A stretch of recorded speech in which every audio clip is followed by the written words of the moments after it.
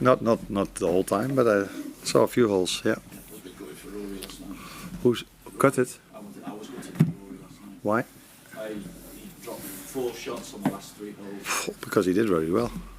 I went to bed when it was 13 or 14. Oh yeah.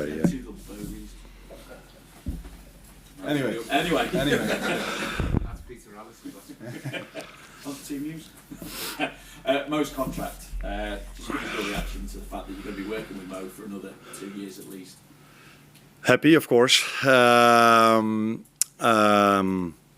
He's shown at this club for so many years in a row now how much of value he has for the team, for the club. So as like I assume all our fans and his teammates, we're very happy that he extended for 2 more years, and hopefully he can show Sunday again how important he has been for the whole season to us. Is there relief as well? I think for the fans it is. I don't think it's a surprise to you that I knew a bit better how his contract situation went over the course of the whole season. So maybe for the fans it was a pleasant surprise. I knew it a bit longer, of course, that things were heading in the right direction. And I think it's also a big compliment for Richard that he achieved to extend Mo Salah, who is such a great player, on as a free agent, can go probably to every club in the world wherever he wants to. But he stayed at our club, and that's also a compliment for Richard, I think. I'm assuming then you know more than us as to where Virgil van Dijk's contract situation is at the moment. So how close are you to announcing a new deal for Virgil? And I suppose how does his position regarding his future contrast with that of Trent Alexander-Arnold at the moment? I think you know the answer. The boring answer, as always. We talk about contracts if they are signed. So in the situation with Mo, we are talking about it. As long as they're not signed, we don't talk about it. But I can tell you that I'm very happy with Virgil this season. He's been incredible for us. Even the last few games where maybe there were moments where he could do better. But if you look at the other 89 minutes, he's such an important player for us. So yeah, let's hope he can do the same. What I just hoped for with Mo, he can do the same on Sunday as well, being our leader again, as he's always been this season against West Ham. He did drop that hint last week, though, that it's getting close to agreement. I don't read all the things that are told in the media. But I mean, it's good news as well. In some ways, this I suppose has been the most difficult point in the season for you, losing against Fulham and going back to those defeats to PSG and Newcastle as well. But the last time you lost in the league, of course, you then went and won 8 on the bounce in all competitions. So that would obviously see you home in the title race for you to do that now. That would be nice if that happens again, indeed. I think talking about Paris Saint-Germain this week probably brought our home game in a different perspective. If people were not aware yet of how good of a team they are, they probably are aware of that even more after seeing them play against Aston Villa. And if you then look back at our home game, where in my opinion, we were over 90 minutes the better team, then we might have a bit more credits about our performance than we got back then. But indeed, losing against Fulham is not what we wanted. But no matter if you win a game or you lose a game of football, if you play at home at Anfield, players know that they have to show up, and that's what we're going to do on Sunday. Arne, working with Mo during your time here and being up close to him, what is it that makes him so special, and why is it that obviously fans and the club and everyone connected here are so pleased today that this player is staying with you? First of all, he's always been judged as a player. He's always judged as a player, which is of course what you guys should do. But I also see him as a human being, and he's a humble person. Always wants to work hard. Always puts a lot of effort in to become the player he has become, and he wants to stay at that level. So he just keeps on bringing that effort every single day. And what makes him special on the pitch is, in my opinion, that he can score goals. Now, there are more players who can score goals, but Mo can also score a goal if he's not in the best half hour or the best 15 minutes. And that's why he's mentally so strong as well. And you need to be that if you want to be 7 or 8 years at the highest level every 3 or 4 days. apart from quality, from physique, you need to be mentally really strong as well. And I think that's, apart from all the other things, how mentally strong he is probably what stands out for me. How much of an input did you have on him staying? How much work did you do on keeping Mo here? I'm part of that process, but I don't think I deserve the compliments. I think it's, first of all, it's Mo's choice and his agent choice, what he wants. And second of all, the club, FSG, Richard, Michael Edwards, they put a lot of effort in him to extend. And effort mostly means money. But also effort, not only money. So I think what it might tell you as well, that it's not only a good season this season, we want to make a very good season next season as well. And I think Mo is convinced that there's a fair chance that we're able to do so. So again, that's positive for us. With the Fulham result and obviously some of the results that Vinny alluded to a moment ago, is this exactly the sort of boost and a bit of a reset that everyone needs just to forget what's gone before and just look ahead at the challenge that you've got in these final matches to get yourselves over the line? I would prefer not to forget what has happened before, because we're 11 points clear. In one of the most difficult competitions there has been in the past 10 years. If you look at how many English teams are still in Europe, how well they are doing in Europe. Arsenal beating Real Madrid 3-0, and it could have been 5 or 6. So that probably tells you how strong this competition is. And so please, please, please let our fans and our players not forget how fantastic we've done till now. We're out of the Champions League because we lost against Paris Saint-Germain after one of the best games of football I've been part of in my life. So I would like us to remember what we've did. Not the last game, because that's the one we've lost. But in general, we can look back at 8 or 9 months of very good football. Where in a season you always are a bit on a high and a bit on a low, but on average, I think individual performance has been really well and team performance also. Thank you.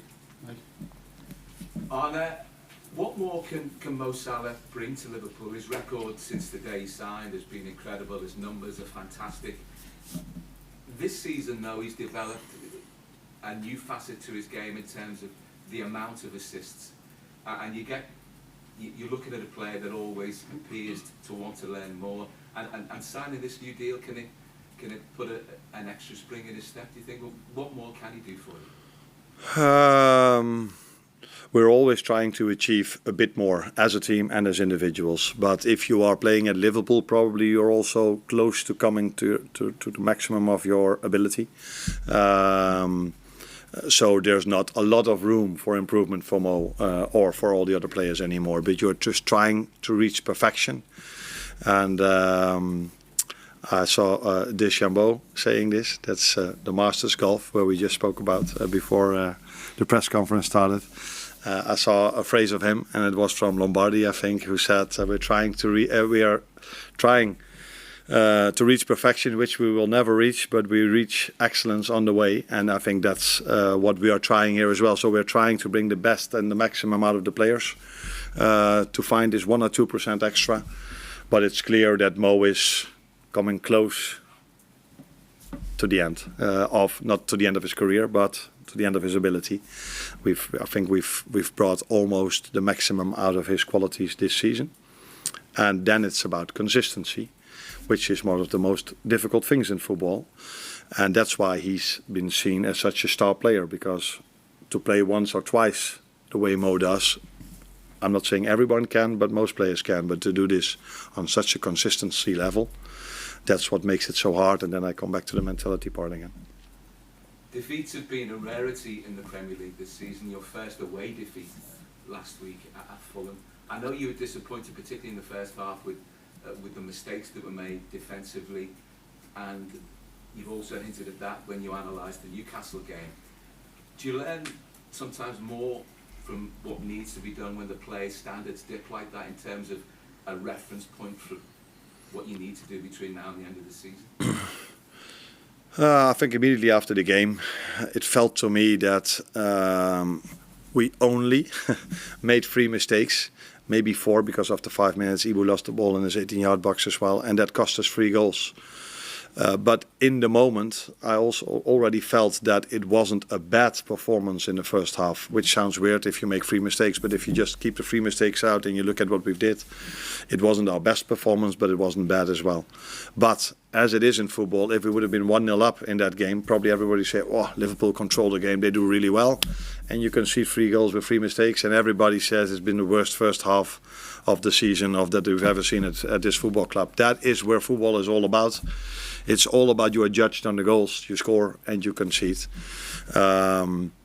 So second half I liked a lot, but unfortunately we could only score 1 goal. But the mentality that we've shown by being 3-1 down and coming back in the way we did, creating more than enough chances to get a result, also shows me how much character we had. But I liked the second half also more than the first half because we were much more dynamic. So players run much more, players took much more risks, and in the right places, the risks, and that led to a much better second half than the first half. And that's again where we try to learn from and do better on Sunday.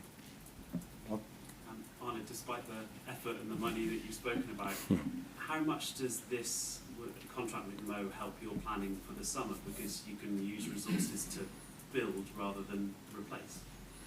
Yeah, and I think if I would put myself in the shoes of a player that we might want to sign, it's always nice to tell them that Mo, we don't have to tell them anymore because it's out in the open now, that Mo has extended his contract. So that helps. But what helps the most is that we kept a quality player that scored 7 or 8 years in a row so many goals for us. And in the end, I just said football is a game we are mostly judged on the goals we score and we don't concede. So it's helpful to have a player that can score goals, that's for sure. And it's not a question about contracts, but forgive me, it might be equally as boring. Semi-automated offside comes in this weekend. What do you make of that, and what do you make of it coming in at this stage of the season? For me, it's something positive because I think it even helps the officials to make a better decision, and it's also clearer to the fans, because if I watch a game of football, it doesn't have to be mine or somewhere else around the world, and I see a red line and a blue line, I'm always like, that's close to each other. But when I see this 3D, is that the way you say it? This, I'm like, oh yeah, it's indeed, you're right, it's offside. So it's, I think it's a positive thing, and I like the VAR for clear and obvious, not clear, for obvious things, not for subjective things. So I'm a big fan of using the VAR only for your objective things. So offside, yes or no, or ball over the line, yes or no. Is it inside or outside the box? I would prefer the subjective things to go out, but that's not going to happen. Carl? Just Tom Moore again, sorry. How important the message it sends both inside and outside the club that he has signed for the 2 years? Like I just said, I think it's important because I'm 100% sure that our fans love to see him extending. So it gives a positive vibe toward the club. Maybe a positive vibe we might even not need, but it's always good to have positive vibes instead of negative vibes. On the other hand, Mo performed so well, the club performed so well with you guys only talking about their contracts. But I think it's only positive because if you want to sign new players or players that want to extend here, yes or no, it's always positive to see that one of our star players over the last 7 or 8 years have made the choice to extend his contract. So, and it also shows maybe how ambitious this club is. So not only Mo, but also the owners and the ones that came in last season, that we are really ambitious to keep performing the way this club has performed for so many years now. You spoke about him reaching sort of the end of his talent, the top of the level. Has his role changed for you this season, and do you think having to adapt as he gets older for you? Because there's maybe some games where he's maybe not been involved as much as maybe he had been in the past, but he's still producing the numbers. So have you changed his role, or do you see his role changing? Yeah, that I don't know. I don't know if he was in 6, 7 or 8 years ago, or maybe 3 or 4 years ago, if he was every second of the game involved. I would be surprised if I look at all the wingers all around the world. They are not 90 minutes outplaying their opponent every single time. I think if you are a winger, you have to be creative, and that's the most difficult part in football, especially against these low blocks many good wingers face. So then it's normal that once in a while you lose the ball or one of your actions fail.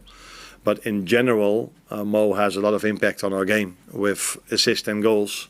But not only that, I think he's also a big threat. But he's not the only one. If I look at the Champions League this week, I think wingers are getting more and more important in this modern game of football, because teams are going to lower blocks than ever before. And then if you look at Rafinha, Lamine Yamal, Kvaratskhelia, Doué, now Saka, Martinelli, they were all able during the week to open up the last line, or to open up to create chances, and that's what Mo does for us, and what Cody and Lucio are doing for us as well. Hi, Arne. You mentioned Ibou Konate before, and we've spoken previously this season about his abilities on the ball and the improvements he's made in that area. Against Fulham, he was substituted for an attacker. That's the 4th time that this has happened this season. What does he still have to do to become an asset in those times when you are chasing the goal rather than being sacrificed? Now, for me, if I take him out for another centre-back, that probably tells you that I wasn't as happy about his game. Or if I take Virgil out and I bring another centre-back in, you could assume that he's either injured, or he's not fit, or I'm not so happy with the way he's playing. If I bring an attacker in or a midfielder in, that probably tells you that we want to take a bit more risks. And that is what has happened. So I think Ibou improved during this season on the ball. It's not that he was really worse. So he was a French international that played the World Cup final. So he was already a good player. I don't think maybe he on his own improved. He knows better what we as a team want. How do we want to do build up, where his teammates should be, and which choices he has to make in that regard. But to take him off, and I think I've brought, I don't know anymore who did I bring? Probably. No, I brought Chiesa in for Robertson. But Darwin, I brought Darwin in, and another, doesn't matter. But it was for sure a player that probably can score a goal a bit more easy than Ibou can. So taking him off at Fulham has nothing to do where he is in his stage of how well he does with the ball. That is simply, we are 3-2 down. Let's bring as much goals on the pitch as we can. Let's take as much risks as we can to hopefully get a goal. And I think we created quite a lot afterwards. Which not to say which we would not done if he was still on the pitch, but it did work out in terms of chance creation, not in terms of scoring. Hey Arne, you've always been very relaxed about the contract situations this season. Were you always calm that you would find a solution long term to Mo and that he would extend and stay with the club? I think in general people see me as quite relaxed, except for maybe 7 or 8 minutes during this season in a certain away game, Vinny. And that has all to do with the trust I have in the quality of my players, and this is all to do in the trust I have in the quality of leadership, FSG, Michael Edwards and Richard Hughes. So that's why I'm indeed calm about the whole situation, because they will do what is best for the club. And if that is extending, that is extending. And if not, then they will find good solutions again, because that's what they've showed for so many years now. So there's a reason for me to be calm about everything. But of course, I've also spoken to Mo and I followed the whole process. And that gave me a lot of confidence as well about his situation. You've obviously got one of the 3 contracts sorted now. Do you think it's important that the other 2, obviously, we'll discuss what it is, but is it important that we get those contract issues sorted in the next couple of weeks, do you think, or before the end of the season?